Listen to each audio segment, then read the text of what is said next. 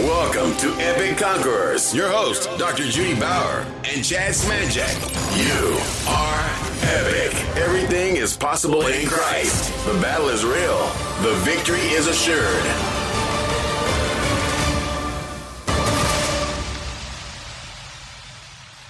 Big welcome to everyone that is listening to this episode of the Epic Conquerors podcast. We'll start off with one of our little quotes of the day. And today it's, your biggest problem is that you think that the current problem you're facing is your problem when it's really not. You're the problem. Woo! So you think that through. Yeah, that's like a truth bomb you just dropped right there. Yep. Sometimes we think we're facing the problem, but it's really not the problem. It's us. We've got to deal with certain situations that we have in our lives. We continue to discuss our topic in this particular series, which is turning defeat into a win. We've had some amazing conversations with some amazing people, and today is no exception. Today we have a very special guest on our podcast who's going to share some of his life experiences and just add some color and, just give you a better, different look at exactly how he's turned his life around and taken his defeats that seemed defeats at the time and turned them into wins for his life. So let's welcome Eric Salzenstein. Eric, thank you for taking the time out to join us today on this Epic Conquerors podcast. We really appreciate it, and we're looking forward to hearing it. I'm sure everyone on our podcast is excited. Eric is a powerful and sought-out speaker, transformational coach who shares his signature talk from prison to prosperity. And Mama Jay and Eric have met at an event, and I'm sure they're going to share it where Eric was landed up being the winner of a big contest on stages of scale. So yeah, I only made it to the semifinals. He made it all the way to the finals, and then he won it. Woo! He won it. So we've been excited to have this podcast, and so Mama Jay and us are very happy to welcome Eric on board. Eric, our community would love to get to know a little bit more about you. So perhaps maybe you could just share some personal information, who you are, where you live, a couple of things like that so they can get to understand, exactly who Eric is.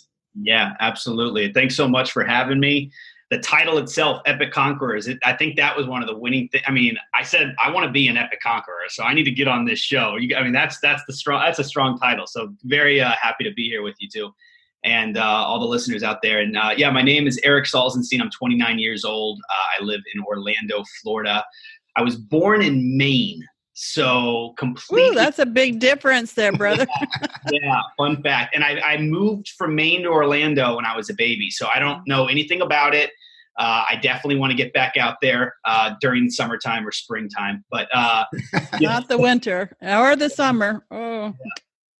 So I'm here in Orlando, and about 20 minutes from all the theme parks and Disney and Universal. I'm right in the hub of it. So, and now just looking to make an impact with my story, and excited to share with everyone how I took my brokenness, I took my failures, took my so-called defeats, and have now leveraged that and used that to not only improve my life, but am now looking to and helping others improve theirs. Eric, I love the title of your signature talk, From Prison to Prosperity. I mean, that's, those are two worlds apart, right? That's, prison to prosperity. There's a massive divide on that. Perhaps maybe you could share and just dive into, how that came about, and what is the signature talk From Prison to Prosperity? Sure. Yeah. So the my story, really, I'll start in the courtroom, and I found myself facing life in prison for armed robbery in what the detectives labeled as a drug deal gone bad. And I had the judge looking down at me, disappointment on her face as if I was her own son. I had shackles on from my ankles up to my wrist, around my waist. And I knew at that point that I was going away. And it was just like, you talk about having your back against the wall, like this was it. And I was just waiting for that gavel to come down. And luckily, through a couple different circumstances, nothing short of a miracle, I was able to get just 4 years, still a very serious amount of time, losing your life for 4 years. But compared to the numbers I was looking at, it was a true blessing. And so I was sentenced to 4 years, and that's where my journey started. And so you go from a place of brokenness. I had no vision. I had no direction. I had no understanding of who I was or what I could be. I was a shell of a human being, and addicted to drugs. I was selling drugs all through high school, post high school, and at 23 is when everything caught up to me, and I landed in that courtroom, and that's where really it all started. You know, for some of our Epic Conqueror communities that's listening right now, some of you that are hearing what Eric is sharing, you have family members or you have a son or a daughter that's on that path that he was on. And sometimes it's so easy to let go of hope and believe that a miracle could happen for your child. But just hearing Eric share that just now, I had this thought that I just need to interject that for a moment to bring hope to anyone who's listening. If you have a loved one, a family member, a friend that's going on that wrong path, just keep believing and keep praying, because God has a way of shifting things around like he did for Eric. And so I just wanted to interject that to bring hope to someone today. Well, Eric, I mean, I can just imagine, I mean, the feeling of, you know, when it all comes, when it's all said and done and the gavel comes down, and then, you know, everything starts to collapse around you, because now it's real, right? It was just, you know, maybe this is going to happen and you're running around doing your thing, but you now realize that your life's about to change dramatically. And, you know, I've personally experienced that, and perhaps we'll go into that later on, but that despair, I mean, the despair you feel when you walk through that prison door and it locks behind you, it's like, wow, what am I going to do from here? I mean, you can't feel more defeated than at that particular moment. Yeah. And I'll share this. So when I was in county jail, we were looking at, we didn't know at this point in time, we didn't know how much I was going to be getting. They were going to offer me a plea, but we hadn't heard any numbers yet. And I was on the phone. I was on a phone call with my dad, and I remember telling him, never forget this. I said, whatever amount of time that I need to do to change my life, whatever amount of time God wants for me to change my life, that's the amount that I want. I don't want a day less. I don't want a day more. I just want the amount of time I need to figure this out and come out a new man. And he said, listen, I love that. He's like, we're going to support you. We're here for you. We're going to get through this. So, and then it was a few weeks later that the state prosecutor she was gunning for a heavy amount. She wasn't working with us. We were looking at 15, 20 years. And that was her trying to, I could give you so much more type, so we were definitely scared. But a few weeks later, she ends up quitting. She gets married and quits. Her entire caseload goes over to a different prosecutor who happened to be a public defender years ago with my attorney. So there was able to be a connection there. My attorney was able to now share with him my intentions, what I'm looking to do, where's my mind at, where's my heart at. And I think that played a big part when it came down to offering that plea. And so they offered me just 4 years, and yeah, we took that right away. You know, Eric, when you, it's always nice now because you can take perspective of what was going on at that time, and you get to look back and you can see it from a whole different angle. When you look back over that life journey up to this point, I mean, you're 29 years old, you're still young. I mean, you have your whole life ahead of you, and considering where you are now, based on what you're telling us, I mean, and just understanding, your journey a little bit, and the fact that you're a powerful speaker, and obviously already making big inroads into that whole speaking stages world. What do you wish you had known, or what skill or habit would have been a game changer back then if you had known that at the beginning of this journey? And I think that the reason I ask you that is just so that there's a lot of people that are going to listen to this podcast, and they may be facing something similar. They may not be facing life imprisonment, but there's a lot of other kinds of prisons, and I think that's sometimes where people forget. They always look at you and go, oh, you're in prison, but we are walking around in a society where most people are stuck in some sort of a prison. Yeah, that's very true. It's, that's such a great question. And it's hard to really pinpoint a skill that I wish I would have had. Confidence, self-esteem, those things definitely come to my mind right away because I use drugs in order. Relationships, things like that. Just different kinds of relationships, community things. what would have helped you avoid that? Perhaps maybe if you had been more in relationship with other different people, things like that.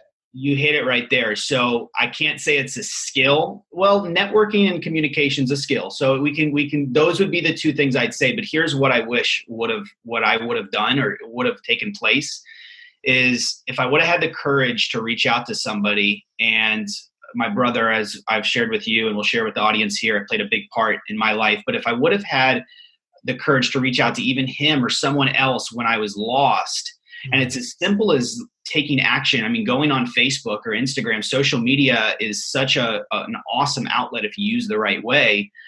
Reaching out to somebody who you feel could potentially help you, potentially give you some insight or some fresh perspective on your situation, who's maybe they've been through something similar, maybe they coach in that area, whatever it is, but reaching out to that specific person saying, hey, like, if you got a moment just to share a little bit of your perspective with me on this, and you'd be surprised on people and what they're willing to do as far as helping you and lending you some advice for free, no charge, that could really get the ball rolling, getting your ideas going. And so as simple as connecting with people, networking, dropping that fear and just, I'm going to reach out to him or her and see what they say. That could be a big move for a lot of people, I think. And I think Mama J, you've mentioned this many times on the podcast. That's really how this podcast was born, for that particular reason, because in my experience, I had the same thing. It's like we get so lost out there and we just don't even know how to reach out, or we don't even know how to connect with other people, or we can't even find that person that we know that we're going down a path that's going to end badly. But you're so stuck on it, you don't know anything else. So you just stay on that path. And like you said, you don't know how to reach out, or sometimes family's not, you just can't reach out to your family. So that's really what the Epic Conquerors podcast was really born for, is for people like yourself that can share your story and show people that, there's so much more after that phase. And if you just reach out, you can avoid, there's no need for you to go right through the path and have to go to jail or do whatever you have to do. If you're on that path, you could stop it now. Just reach out to someone. That one conversation could change your life and save you many, many years of heartache and pain. One of the big things I tell my clients, one of the big things I live by is small steps can create huge momentum. Wow. Powerful. And don't overthink it. It's great to have that vision. And when we go into my program, one of the first things we do discuss is creating a vision, because it's important to have. It's what really, for me, I had that vision of my future self, and I would ask myself, are these decisions in alignment with the future vision that I have for myself? Would future Eric be doing this right here? So vision's important, but don't overthink it. Like small steps, just start doing one thing that is going to help you get to where you want to go, or get you out of where you're currently at. And so, yeah. That's awesome. I know while you were incarcerated during that time, then that's where you began such a massive self-improvement process for your own life. And you actually developed a 4-step process that you share with people now called The Rock. And I would just love to have you just talk a little bit about those 4 steps with us. Yeah, absolutely. So if I may, there's one thing I'd like to share before that I think is really important. I go back to that phone call. I told my dad, all right, whatever I need to change. So I went into prison with this mentality of I'm going to change my life. And I think a lot of people can relate to having the desire to do something, wanting to start the business, wanting to leave the 9 to 5 and go out on your own, or wanting to leave your current work and go to something different, or the relationship, you want to improve it, or maybe you're in a destructive one. And like, we have things that we want to do, places that we want to get out of. And I wanted to change. But what happened was I didn't have a plan in place.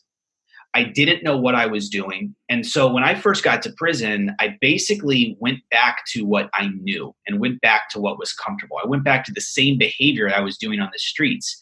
And that at that time, it's the environment won over my desire, because I didn't have anything set down to follow. And I started smoking cigarettes, selling cigarettes. I was getting into fights, and I was 6 months. It took 6 months. At the 6-month mark, I woke up and I was like, what are you doing? Like you came in here to change. You're going to come out the exact same person if you don't do something differently.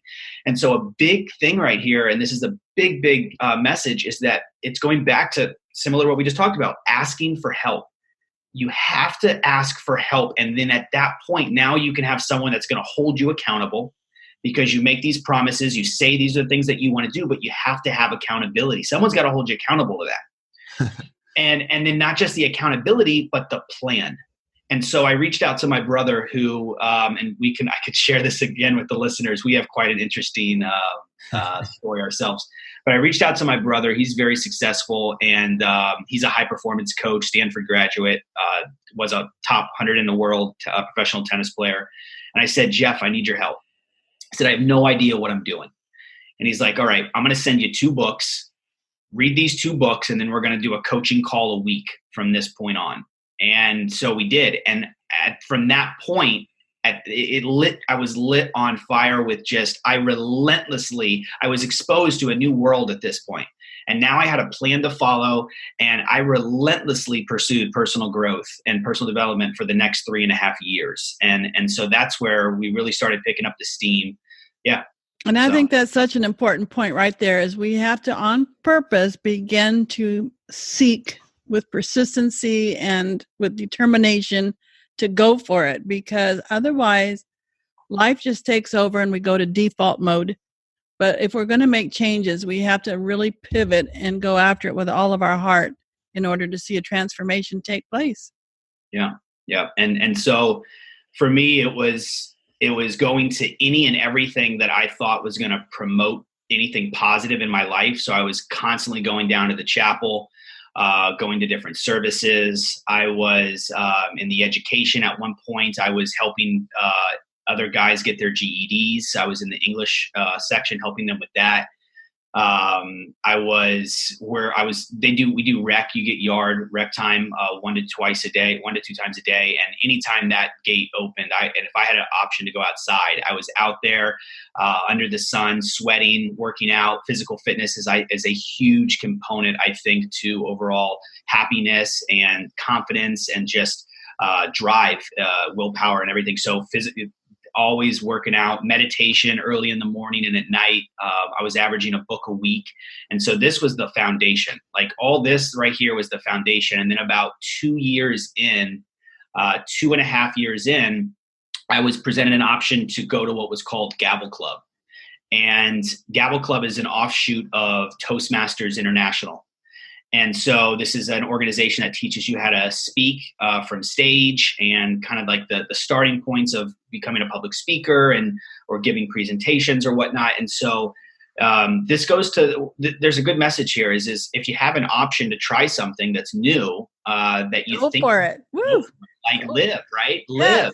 Yeah. So if a friend or someone asks you from church, or if a friend asks you from, hey, you want to go do yoga and you've never done yoga, like don't say no because you've never done yoga. You say yes because you've never done yoga. You're going to learn something. You're going to come out of your comfort zone. You're going to like if someone invites me horseback riding this week, I'm going to go. Like, I don't know. All right, listeners, you heard it. If you're in Orlando, hit him up and say, I got a horse. Let's go.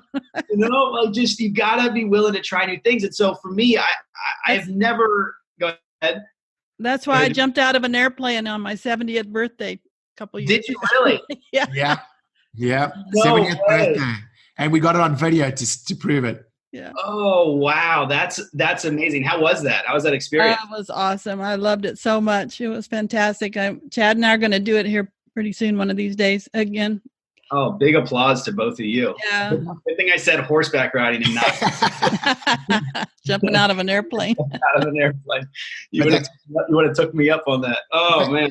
Eric, what I'm hearing from you, and it's so powerful, is how you changed your state. Like you're inside this environment.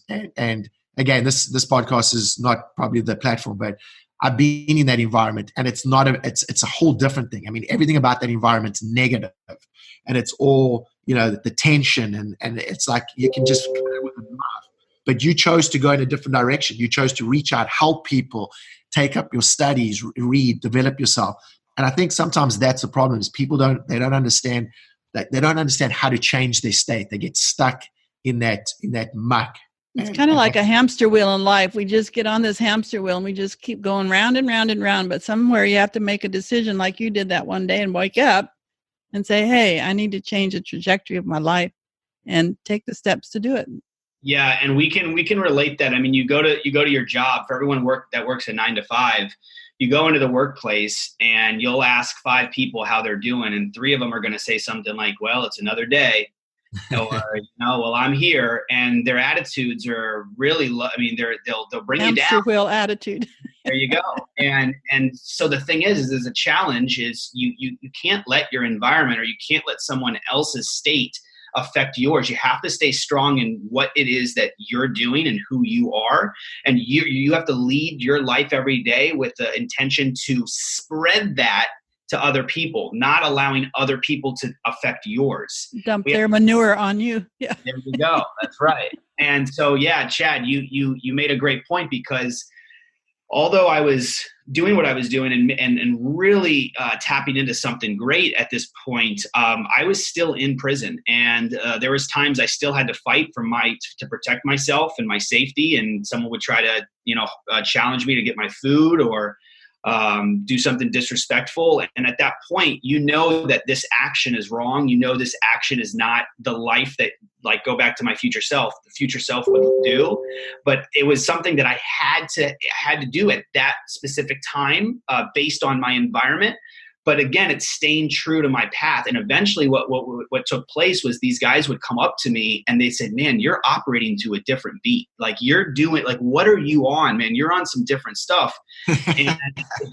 And it's because, like, I really did. I separated myself and I made this, like, clear line of, and we'll go into this with my 4 steps on some of this, but, like, this is my last step, is on the K of the rock, is know your values. When I set my values in place and I put these down, everything was geared towards making sure it was in alignment with those values. And so a lot of the behavior around me, point blank, it wasn't in alignment with them, so I had to kind of steer away from it. But again, our environments are environments, and we have to make sure that we're standing strong in who we are and what we're doing. So, but then there comes the important point, like you made earlier, about your brother holding you accountable, because we can establish our values, but then we can veer off of them fairly easily as well, unless we have someone come alongside of us and help us stay true to that plumb line.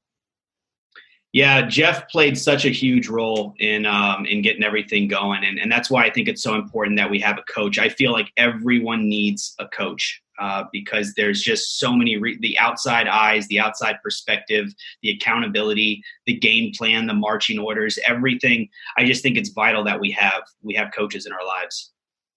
So share with us now what the ROCK stands for. Sure. So I put together a speech after I won. We did a speech contest in Gavel Club, and I put together a speech called The Rock. And this came from, basically, I asked myself, what are the main things that have allowed me to create change in my life and allowed me to get to where I am and where I'm going. And so these were like the 4 main steps, the 4 big pillars that allowed me to transform. And so I ended up winning that speech contest. I went on to a second speech contest against 2 other prisons while I was incarcerated. It ended up getting published in a local newspaper, the Tallahassee Democrat. And then we were setting up workshops. We were running. I didn't even know what a mastermind was at this point, but I was running like a mini mastermind. And love it. Yeah, we were setting up workshops with the chapel band and all this stuff. So we were doing some really cool stuff and promoting growth and promoting change inside those walls.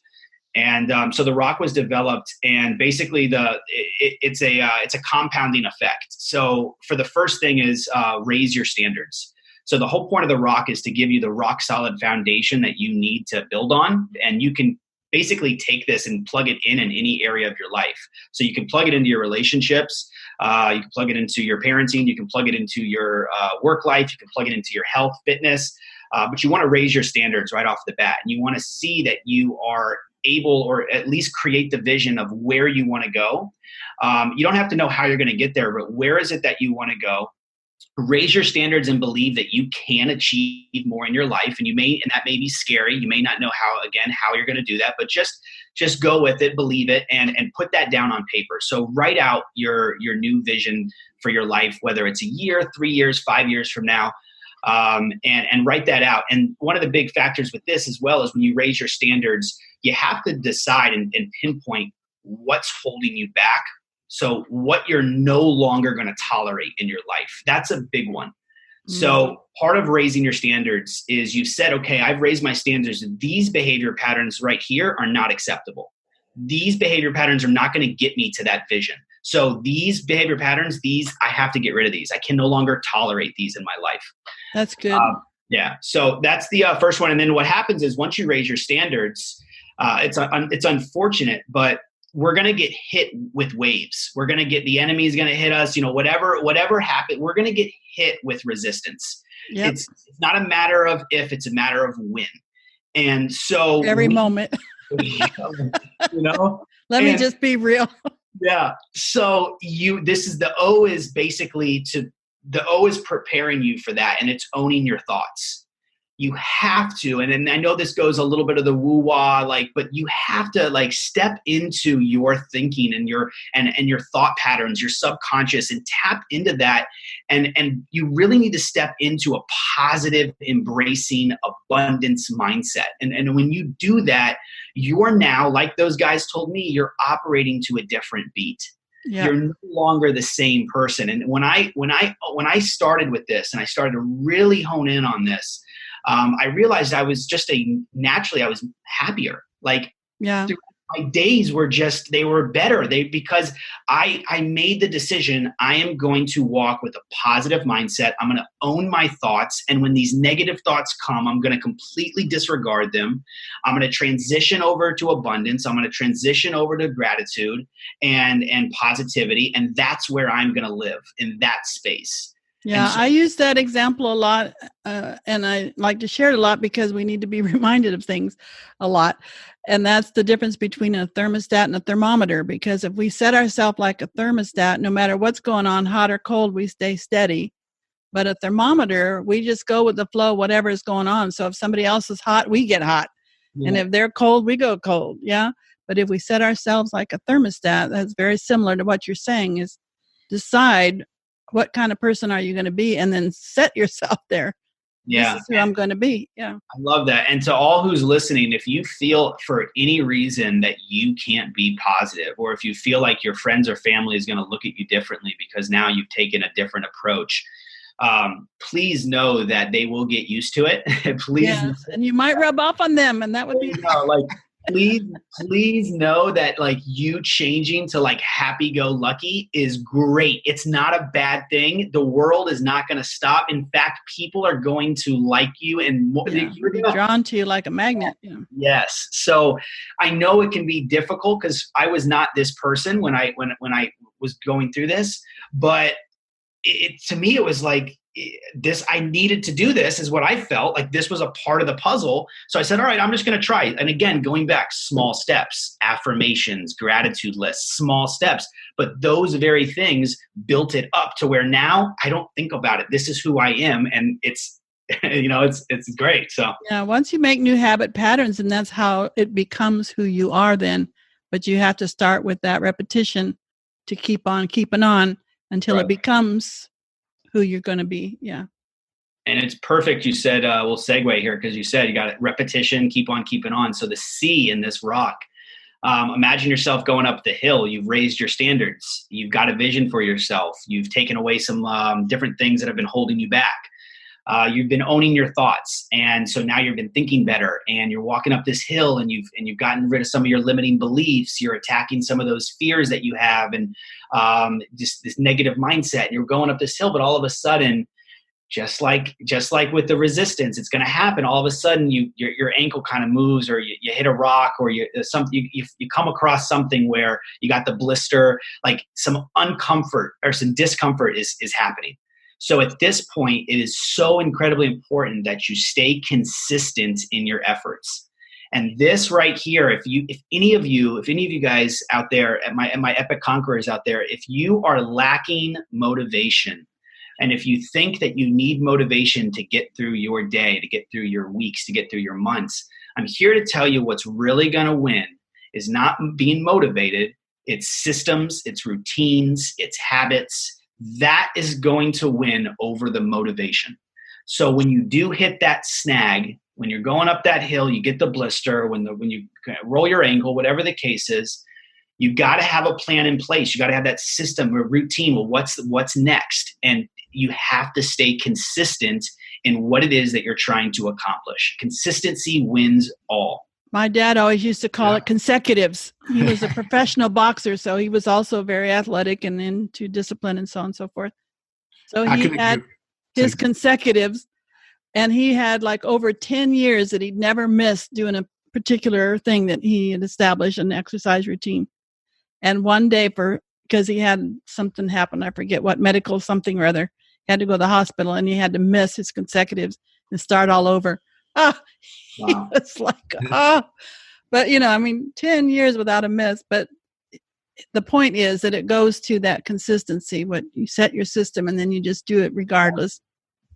Yeah. The power's in the. I couldn't agree more. The power's in the system and the routine and the plan. I mean, I remember when I raced motocross, it was every single day after school, your coach would pick you up and you go out to the track and you do 45 minutes, rest 45 minutes every single day consistently. And then when you get to the race, it's not about being motivated. It's about being prepared. That's right. I'll share with you before we go to the K, Dwayne "The Rock" Johnson. He says, success isn't always about greatness. It's about consistency. Consistent hard work leads to success. Greatness will come. Yeah. Yeah. And I mean, he's spot on. And look at that guy. I mean, I'm sure you've read about him. He's so consistent about what he does on a weekly basis. His training routine. I mean, it's like most people can't reach that level of success because they're not as committed as him. People look at him and go, wow, he looks awesome. But no one really, they don't take the time to understand how his life is structured, right? Yeah, that's right. And this is actually not a bad segue either. So for Kay, it really is. I tell you, we're just so good. Yeah. We are epic conquerors indeed. So yeah, what happens behind the scenes, and you're going up this hill, but we can talk about this in entrepreneurship. We can talk about this in life. There's going to be so many distractions. There's going to be so many different things that can pull you off course. And when you get pulled off course, this is when things can really go wrong. And you can, depending on how you react, is depending on how wrong this goes, really. And so what's really cool here about what you said was because I'm confident. I can't guarantee it, but I'm confident The Rock, since we brought him up, I'm sure he has some core values that he lives by, and that that he bases his decisions around. And the K is all about staying in alignment with your values, and that's why the K is know your values. And if you don't have a value list made out, Epic Conquerors, if there's one thing you need to do off of this right now, I mean, I wouldn't even be mad if you just, actually finish the show. But after the episode, please write down 3 to 5 values that you want to live by, that you want to make your decisions around. Because when something gets presented to you and you're on the fence about it, or a challenge, like something gets put in your path, when you can ask yourself, okay, is this in alignment with my values? If the answer is yes, then it's fairly safe to say that that's a good a direction you can go. That's going to keep you on the path, keep you, building and going and growing. Right now, if the answer is, if you're not sure, like, well, this doesn't really line up with my health. Right now, finances is a big value that because of my family, we're trying to build, we're getting this debt. So doing this, taking this action, this doesn't really line up with that. You know what? It's just not going to work. And it makes decision-making so much easier. Yes. So knowing your values and then, walking and asking yourself, does this line up with my values? It's going to make things a lot easier for you to decide on and then take action on. So Eric, I'm going to ask you, just because a lot of people, sometimes they get it confused between values and this and everything else. Perhaps maybe you could just give us, outline 3 of your values so that they can understand exactly what that means when you say, these are my values and these are the things I make my decisions based on. Yeah, absolutely. So integrity is definitely one of mine. Walking in integrity keeps me feeling good about myself. It allows me to just know, and I'm confident that, okay, I'm making right decisions. I'm not hurting anybody. I'm not doing anything I shouldn't be doing, living a life that I used to live. That definitely is a big one. And when I first got out, I started dabbling in car sales. And although I wasn't doing anything wrong, I didn't like the feel of the business. And there was a lot of people in that space that they weren't in integrity. And even the guy who kind of helped us get started, he was doing some stuff that wasn't in integrity. And so that's a big value for me, is being in integrity. Health is another big driver. So I have what's called Sweat Check. Sweat Check is something, it's a hashtag that I use on my Instagram. And it's basically like I push, and I want everybody to really hone in on the value of sweating and breaking that sweat on a daily basis and getting those endorphins going, getting your blood flowing. This is going to help with your mental space. This is going to help with your clarity. This is going to help with your confidence.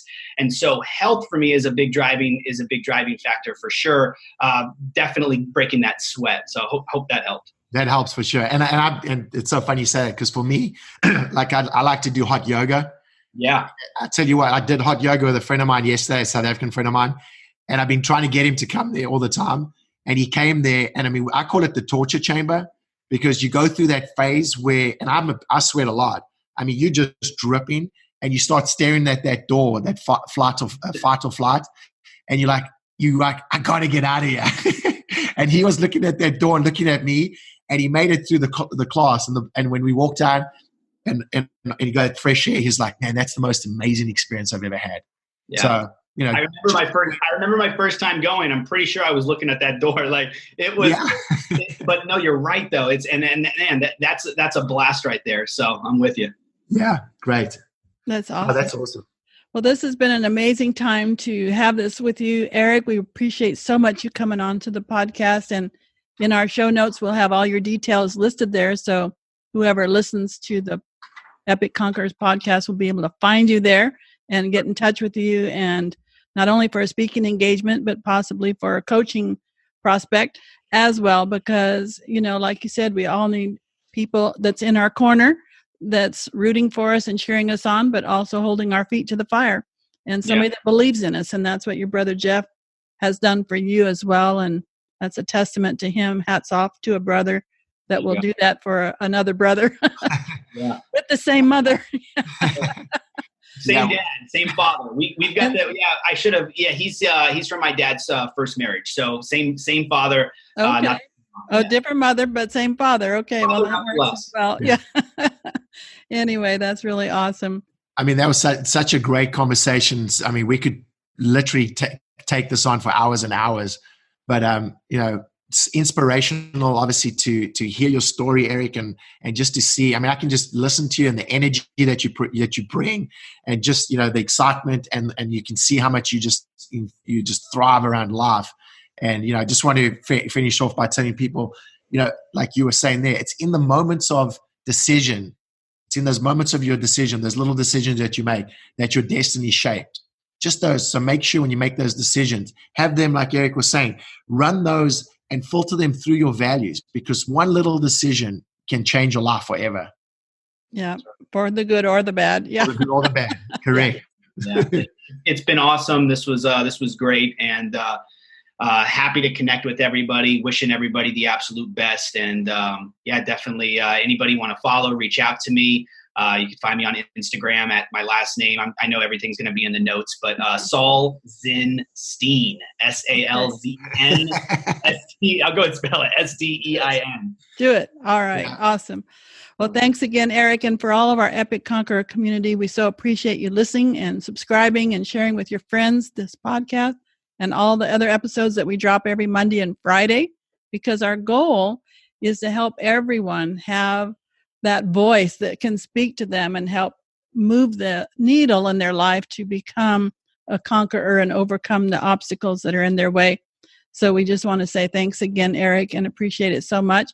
And we're going to have to say ciao for now, but join us in our Facebook group as well, Epic Conquerors, and join that community there where we can continue conversations and have a great time of fellowshipping together. But thanks so much, Eric. Appreciate it. We'll have you on again one of these days. It was awesome to get to meet you. And I feel like I got a new grandson now. Mama Day. Mama Day. All right. Woohoo. Thanks, take Eric. it. All right. Thanks, everybody. Bye-bye. New Testament evangelism and discipleship training. The Master's Class. Online courses created for 21st century believers. Experience His joy and a front row seat to miracles. Start today. Eternity matters.